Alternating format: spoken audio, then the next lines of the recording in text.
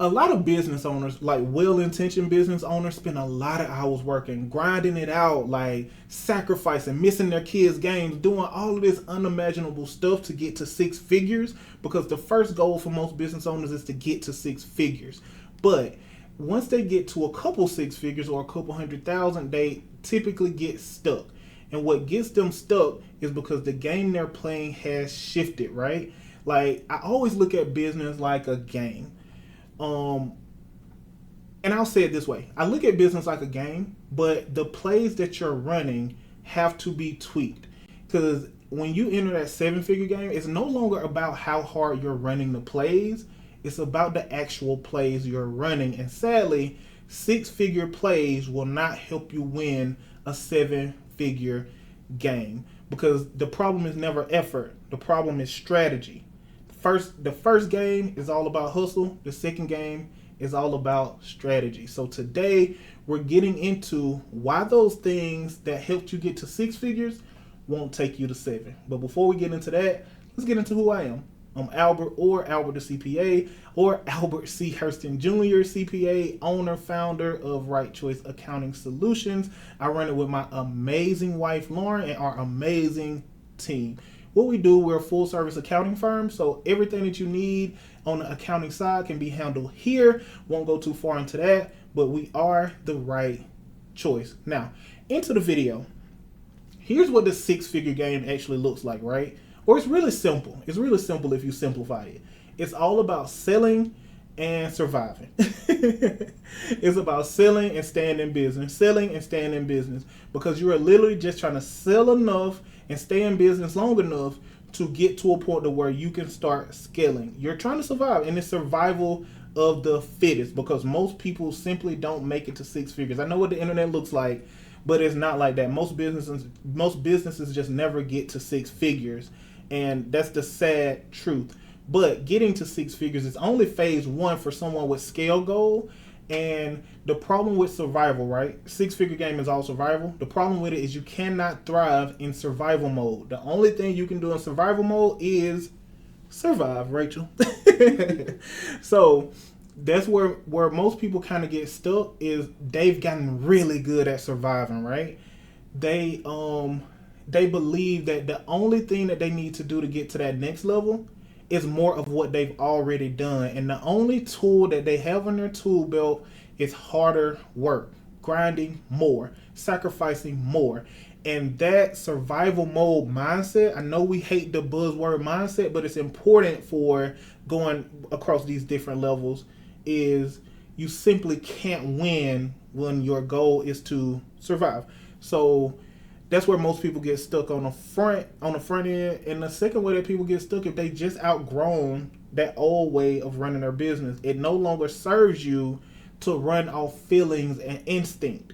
Feelings and instinct are really important, for lack of better words. I was going to say perfect, but no, they're just really important. You need to have a gut, but you cannot run a scaled business off your gut only. You have to shift over to your numbers and data. And that's what takes us to the seven-figure game, right?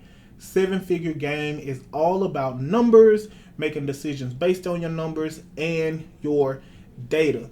There's a clear shift from selling to scaling, because when you sell, you got an energy about it, you grinding it out, and when you scale, you're scaling systems. You may not even be the person handling the sales call, you may be the person managing the person who manages the sales team. So there's a clear difference between selling and scaling a sales department.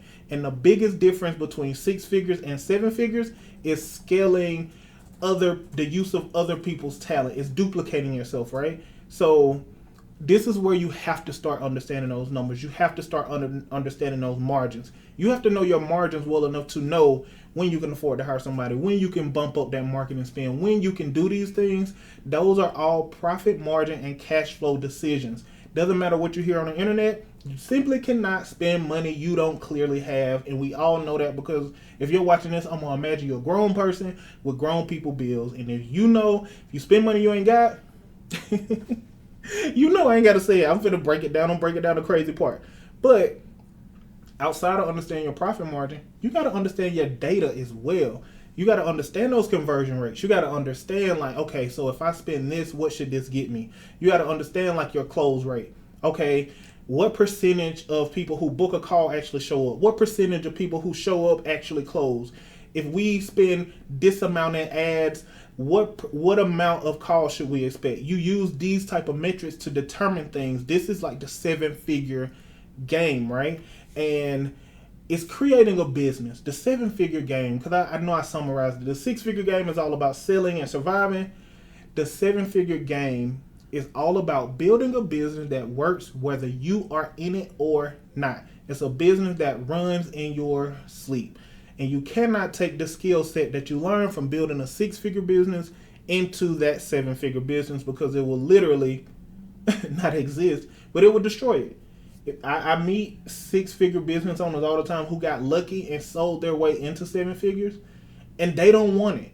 They'll burn it down. They will destroy it. If you make the mistake of hustling your way to 7 figures, you will hate life, because you cannot run anything huge by yourself. It's almost like trying to pick up a house and carry it by yourself. So I won't beat a dead horse on that, but I will get into the financial clarity piece, right? Because I always tie this back to accounting, because we know the only language that business speaks is accounting. So you can tell the type of person you're dealing with by how they feel about accounting, assuming the literacy piece is there. There are people, low 6-figure, who see accounting as cheap compliance work. And there are people who see accounting as a worthy investment. And those people who invest in accounting would never grow throughout business without accounting. And those people who see it as cheap compliance, they can take it or leave it, because you already know bookkeeping and tax filing is a lot different. Or maybe you don't already know. So I'll tell you, bookkeeping and tax filing is a much different thing than accounting, finance, and tax strategy. And those are 2 different profiles for 2 different types of business owners for 2 different games. So you want to get to a point where you're using your numbers the strategic way. So let me check. I feel like I went almost all the way through the video without looking at my notes. Let me make sure I'm not skipping anything important here. Let's see. I think I hit it. I hit everything, didn't I? So yeah, the focus on bookkeeping and taxes has to shift. Well, if you're in a 6-figure, like making sure your books are clean, make sure your taxes are done, is probably okay, as long as you're not worried about a big tax bill. But the focus between that 6 and 7-figure range, it has to go from bookkeeping and taxes to accounting, finance, metrics, KPIs, data, like understanding your books, understanding what's on your P&L, like your profitability, you know, what you made, that sort of thing is cool. But it's cool when it's an informational document, but it's powerful when it's a decision-making tool. So a hack for people who are running 6-figure businesses, who just get in there, go ahead and start treating your P&L like a decision-making tool. Push your accounting team to like, okay, I need to structure this in a way that helps me make decisions. And that'll probably like 2 or 3 times the speed that it'll take you to get to 7 figures. So, all right, y'all, that's it. I'm closing it up. The 6-figure grind, I respect it. It's literally what got Lauren and I here. Grinding it out, working those hours, sacrificing things. Like, I think it's a really good experience once you get on the other side, and it's really important to prove to yourself that you will do whatever's necessary to build it. But if you're ready to scale to 7 figures, you have to put those grinding, hustling ways back and start to scale with your brain, your numbers, your team. You have to build systems, processes. You have to have people to duplicate yourself within your business. That's the clear difference between that 6-figure game and that 7-figure game. It's all about strategy. It's all about numbers. It's all about metrics, data, insights, and that sort of thing. And that's it for this video. I hope you enjoyed it. Let me know if you like this. Please comment down below. Subscribe, hit the notification bell. Chrissy had to leave today, so she ain't here to yell at me to hit the notification bell. Turn on. Did I hit them all? You hit them all. Comment, like, comment, subscribe. Shoot us email if you need to. We're info@Right Choice Farm. If you need something, just hit us. We're here. We're real business. 9 to 5, baby. And that's it. I hope you enjoy this, and I will talk to you soon. Have a good rest of your day.